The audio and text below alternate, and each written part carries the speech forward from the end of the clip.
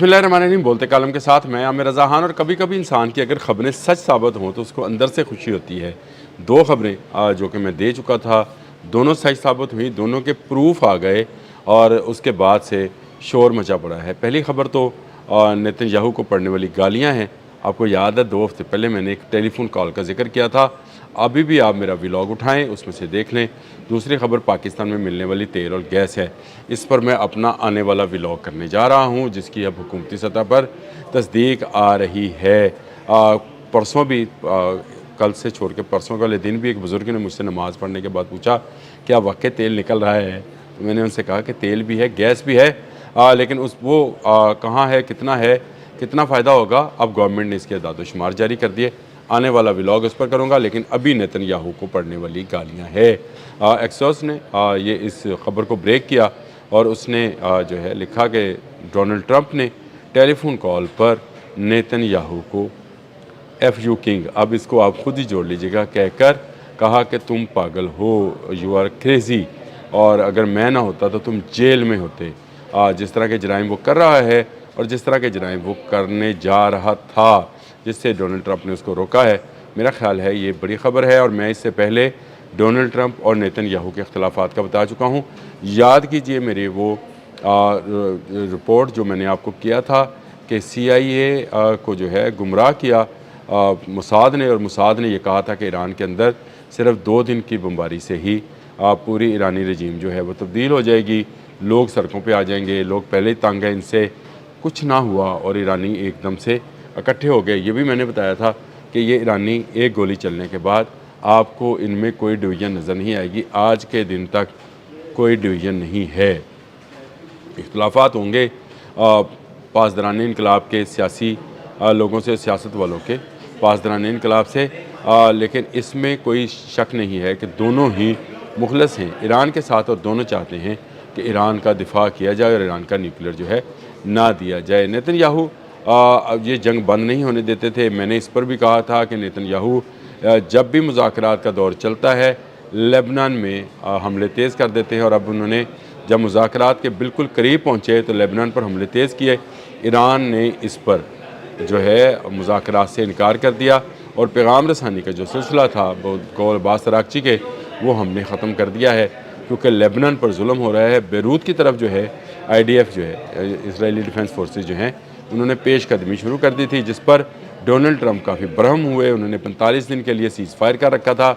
इसके बावजूद जंग वहाँ पर जारी थी। एक तरफ से हिजबुल्लाह राकेट बरसा रहा था और अपने जो उसके केबल ड्रोन्स थे उनके ज़रिए, फाइबर नेट जो के ज़रिए चलते हैं, उनके ज़रिए जो है वो हमले कर रहा था। और दूसरी तरफ से IDF जो है मुसलसल पेशकदमी कर रहे थे। ऐलानात किए जा रहे थे कि जनूबी लेबनान को खाली किया जाए। मुख्तलिफ़ शहरों पर कब्ज़े की बातें की जा रही थी। किले पर कल मैंने अल-शकीफ़ पर जो है कब्ज़े की भी बात की थी। उसके बाद डोनाल्ड ट्रंप ने हिजबुल्लाह से भी रब्ता किया और इनसे भी रब्ता किया और सीज़ फायर पर आमादा किया, लेकिन नेतन्याहू को खड़ी खड़ी सुना दी और उनसे कहा कि तुम पागल हो।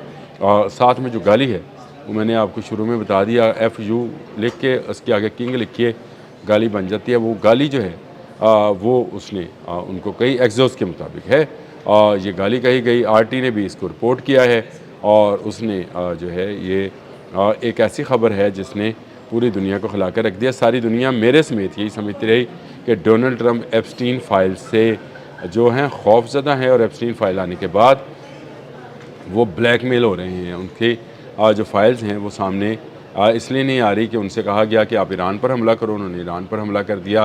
फ़लाँ बेरी बेरा जो भेज दिया, मिडल ईस्ट के फ़लाँ कंट्री को दबाओ, उसने दबा दिया। फ़लाँ को धमकी लगाओ, धमकी लगा दी। इवन अमान तक को धमकी लगा दी। फंसता चला जा रहा है अमेरिका आहिस्ता आहिस्ता इस दलदल के अंदर। आपने हमज़ उसके लिए मौत का सामान बनती चली जा रही है और इसकी वाहिद वजह नेतन्याहू की यहूदी सेहूनी सोच और ग्रेटर इसराइल का प्लान है, जिस पर वो अमल दरामद करना चाहता है। अक्टूबर में उसके इलेक्शंस हैं। नेतन्याहू खुद तो डूबेगा, अब डोनाल्ड ट्रंप को भी ले डूबेगा। अब वो पॉइंट आ गया है जिस पर डोनाल्ड ट्रंप जो हैं इस पर बरहम हैं। इसको आप जिस तरह से मर्ज़ी देखें, लेकिन आने वाले चंद दिनों में मैं आपको एक और बड़ी ख़बर देने वाला हूँ कि एप्स्टीन फाइल्स की वो वीडियोज़ और वो रिकॉर्डिंग्स जो कि डोनाल्ड ट्रंप से वाबस्ता हैं बाहर आएंगी, मंजर आम पर लाई जाएंगी। डोनाल्ड ट्रंप अब इस ब्लैकमेलिंग में नहीं आएगा। डोनाल्ड ट्रंप ने एप्स्टीन फ़ाइल के मुकाबले में एलियंस फाइल्स निकाल दी हैं। उसने कहा CIA के पास एलियंस जो कि सिर्फ अमेरिकन और अमेरिकन फ़ौजियों के पास आते हैं। कल मैंने इस पर भी व्लॉग किया था। खलाई मखलूक जो है साइंसदानों को अगवा करने लगे, कल चंद घंटे पहले ही लगाई है। उसमें भी मैंने इसी सारा बयान किया था कि ये सारा ड्रामा सिर्फ एप्स्टीन फ़ाइल को जो है पसे पुश डालने के लिए है। लेकिन डोनाल्ड ट्रंप पर अब रिपब्लिकन्स की जानिब से, यानी उसकी अपनी जमात की जानिब से भी काफ़ी दबाव है, जिनको आने वाला इलेक्शन जो नवंबर दिसंबर में होना है उसमें उनको शिकस्त वाज़िया नज़र आ रही है। नुकसान पे नुकसान है। जो इन्फ्लेशन रेट है, जो महंगाई है वो बढ़ रही है। पेट्रोल की कीमतें वहाँ भी ज़्यादा हो गई।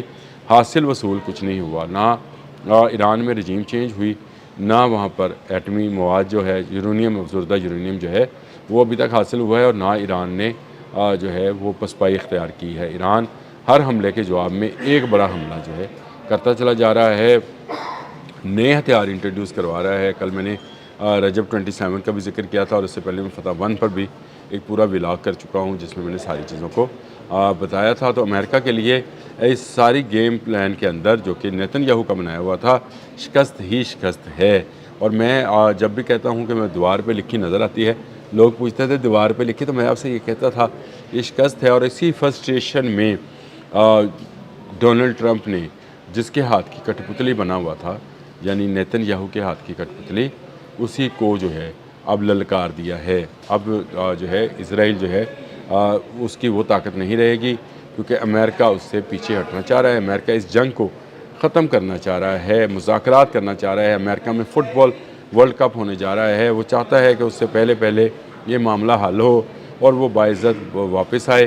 फ़ुटबॉल के मैचेस को जो है पब्लिक इंजॉय करे और लोगों में ये तासर जाए कि डोनाल्ड ट्रंप ने अमन कायम कर दिया है। ये तासर सिर्फ बनाने के लिए और रिपब्लिकन्स की खोई साख को बहाल करने के लिए, अमेरिका के सुपर पावर होने की साख को बहाल करने के लिए डोनाल्ड ट्रंप इस जंग से भाग रहे हैं, जिसके लिए ईरानी इसको ललकार रहे हैं। इस जंग में इनको क्योंकि नेतन्याहू ने फंसाया था, और नेतन्याहू ने एक और चाल चली हुई है, और वो लेबनान है। क्योंकि उसको पता है कि जब तक लेबनान में बमबारी और गोलाबारी और वहाँ के लोगों को शहीद किया जाता रहेगा, ईरान मुज़ाकरात की टेबल पर नहीं आएगा। जैसे ही मुज़ाकरात बिल्कुल आखिरी नहज पर पहुँचते हैं, वो लेबनान पर चढ़ाई कर देता है, गोलाबारी करता है, बिल्डिंग्स को गिरा देता है, और उसके बाद वो जो है मुज़ाकरात तअत्तुल का शिकार हो जाते हैं, जैसे अब फिर हो गए। जब इन्होंने ऐलान किया कि बैरूत पर कब्ज़ा किया जाएगा IDF ने, तो मुज़ाकरात को रोक दिया गया। ईरानियों की तरफ से जो पैगाम रसानी का सिलसिला था उसको ख़त्म कर दिया गया, और यूँ वो जंग जो अमेरिका ने मुसल्लत की थी ईरान पर, लेकिन अब उस पर मुसल्लत होती नज़र आती है। उसकी फ्रस्ट्रेशन में नेतन्याहू को गालियाँ पड़ी हैं। आने वाले दिनों में जूतियाँ भी पड़ेंगी, मार भी पड़ेगी, क्योंकि नेतन्याहू जो है वो आपे से बाहर होता चला जा रहा था। वो समझ रहा था कि अमेरिका उसके साथ है तो वो दुनिया को फ़तह कर सकता है। लेकिन और भी बहुत सारी ताकतें हैं। अल्लाह पाक ने बहुत सारी कौमों को बहुत सारी ताकत दे रखी है, और उनमें से एक ताकत जो है जज्बा शहादत भी है, जो ईरानियों के पास है। जिसके पास ये जज्बा हो उसको कोई शिकस्त नहीं दे सकता है। अब तक के लिए इतना ही। अल्लाह हाफ़िज़।